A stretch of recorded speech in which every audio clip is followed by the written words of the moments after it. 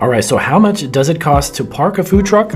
Well, if you're looking to create a food truck business, you need to answer this question for sure, because you can't just park a food truck anywhere you want. And you might also be asking, where can I store my food truck? So when you're not using the food truck, you need to put it somewhere. And in some states, you can't store it anywhere you want. I'm going to cover 5 frequently seen food truck parking guidelines and check in to some parking fees for your food trucks. How much does it cost to actually park a food truck, and where can you park one? This video, if you're looking to create a food truck business and you don't know the answer to these questions, you're going to need to watch all the way to the end. And we're going to get to this right now.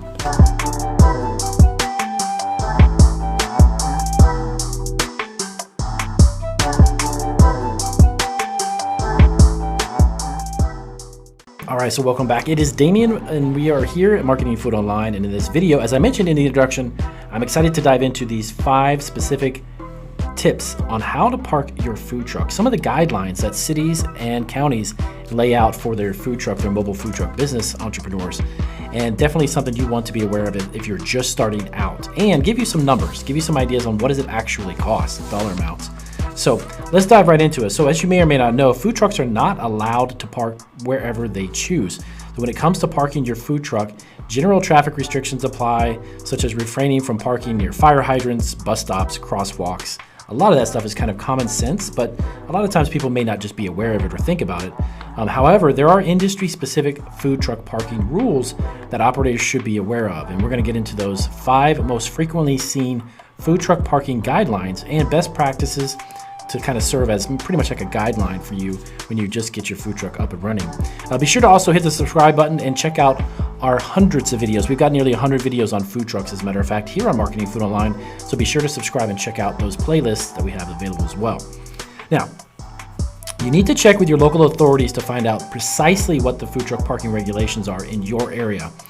And the following is basically going to give you a guideline and understanding of the 5 types of parking permits that are out there. Now, every county and city will pretty much dictate what they expect from their mobile food units. And of course, I can't get into a simple video here discussing 50 states and every single county. Obviously, that I can't do. But I can give you some understanding of what you may expect, and then it's kind of the questions you need to ask your local county and city. So number 1, acquire a valid parking permit. So if you want to legally park your food truck on the street, you'll need to have a parking permit, and make sure that you can actually park on the street. And that is an option, by the way, in your county or city. Believe it or not, there's a lot of cities that do not allow food trucks to actually park on main streets or streets that are busy or have high traffic areas for safety reasons. They may say, you know what, you can park your truck, but it has to be in a certain park. Or you can park your truck on some outlets or alleyways where it's less traffic, or where they allow mobile food carts to open and operate. Because you gotta also keep that in mind. A lot of these high traffic areas, they're obviously for safety concerns. They're not going to let you just park there, because that could cause some serious problems. So keep that in mind, that specifically the area that you're going to park. Number 2, park in a safe location. Always situate your food truck such that your order window is actually facing the sidewalk and not the street. Believe it or not, I was actually in Miami last year, and a food truck had his truck parked the opposite direction. It was not facing a sidewalk. I don't know who was actually regulating that, or if there was some police officers or whoever was around, but it was extremely dangerous for pedestrians because it wasn't a very busy street, but his window faced the actual street, not the sidewalk. So that created a really big problem, and I don't know if he was aware of that, and I obviously wasn't going to bring it up to him. But make sure that you're obviously facing the right way. Now, this is actually required by most places, and it helps to keep your consumers super, super safe. When your customers who are lined up, that they're not in the actual street itself waiting to be served. So make sure you're parked in the right facing area. Number 3, observe local proximity rules. Now, this was something I noticed a lot, especially when we went to Miami Beach itself. On the beach, there's a considerable amount of restaurants. Okay, there's brick and mortar restaurants, and you have to make sure to park your food truck in accordance with local proximity regulations. So the food truck itself, when you get to parking within a 500 to 600 feet of a brick and mortar restaurant, is normally prohibited in most areas according to local ordinances. So you need to be aware of that as well. Proximity rules can get you fined and sometimes even shut down, because obviously restaurants are trying to make $1 too, but you don't want to be parked in front of a restaurant. Obviously that's not going to last very long. So be aware of and observe local proximity rules. That's number 3. Number 4, parking in commercial areas. In most cases, You can only lawfully park and do business in a residential area if you have been invited by the private property owner. So keep in mind something to that effect as well. A lot of times people look to go into residential areas.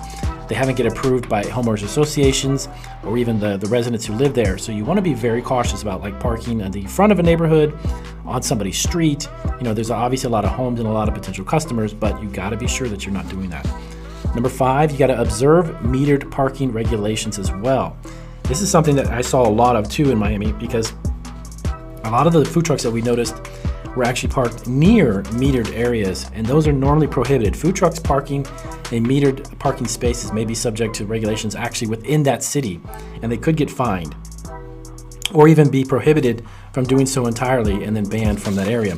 So you don't want to necessarily be blocking or basically being in front of some meters that you're not supposed to be doing a commercial food operation from. Okay. Now, a parking permit is one of the many licenses you got to keep in mind and permits that you'll be required to for your food truck business.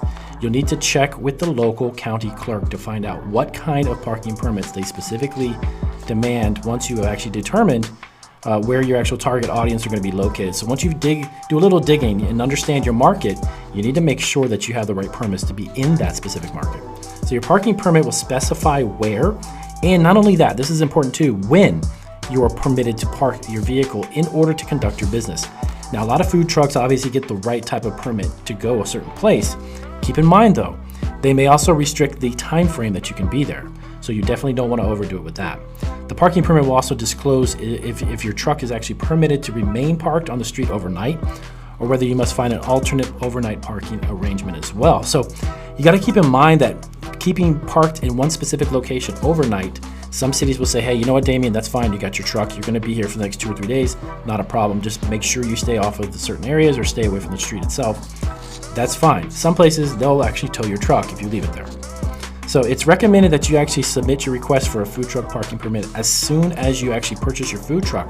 That should be something you should do right off the bat, because it takes time to get it processed, and that's kind of a time-consuming thing as well. Some jurisdictions do not issue parking permits, and instead they'll actually require food trucks to park on private land, which is not always going to be possible.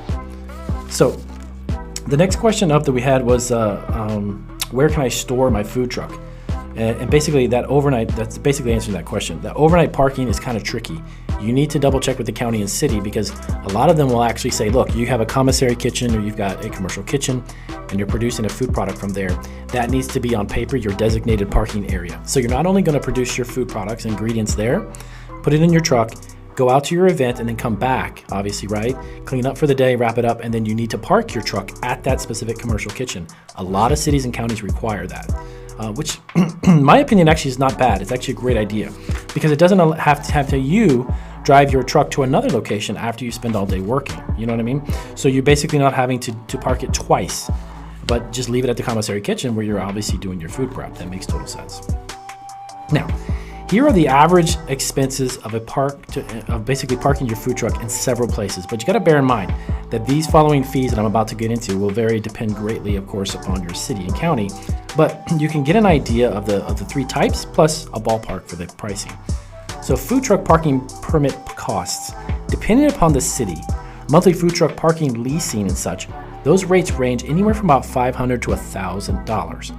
While food truck parks have daily fees, if you're going to go to a food truck park, they actually tend to have a tendency to be more expensive than monthly fees. So if you're leasing a spot, it has a better opportunity for you to save more money, but food truck parks themselves may end up charging you every day, and that will add up to be much more expensive than just a flat fee.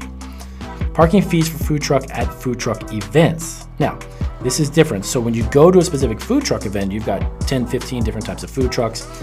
Food trucks should budget $75 or more per event just to get an opportunity to park at a food truck event. Some events will charge food trucks as a percentage of their earnings rather than that actual flat fee. And that's actually familiar with also farmers markets. They do that as well. They'll either say, hey, Damien, you're going to be here the whole weekend. We take 10% instead of a flat fee. Or, hey, you're going to be here for a couple days. It's just $100. Make whatever you make and you get to go home. So some of them also, you got to keep in mind, they may do a mix of the two. They may say, hey, Damien, you can come to the event. It's $50 to get in, then we take 5% of your fee of what you make. It's usually not a good idea to charge more than 10% of your earnings while vending at an event. So keep that in mind too. If someone's trying to charge you 15, 20, 30%, you need to find another event. Parking fees for food trucks on private property. Now, this is the third and final one. The cost of parking your food truck on private land is entirely determined by the arrangement you actually reach with the property owner. They may not actually end up charge you. Instead, they may actually ask for a percentage of your sales or a set price. So if you're doing an event on a private property, let's say hypothetically like a vineyard. If you go to a winery and then you want to set up there, and it's private property, it's a business obviously, but it's a vineyard. You have the opportunity to go ahead and get charged either a flat fee, or if they're going to reach some type of agreement, say, look, you can stay here all day for $100 per day for 3 or 4 days. Okay. So private property, they can actually dictate. It's going to be between you and them, not a city and county thing. So these are the 3 types of parking fees for food trucks during the day.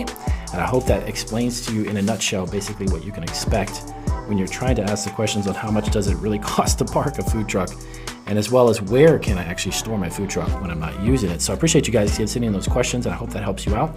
If you have any questions about food truck permits or food truck licensing, let me know down below in the comments, and I'll definitely get to them as soon as possible. I'll see you guys on our next video.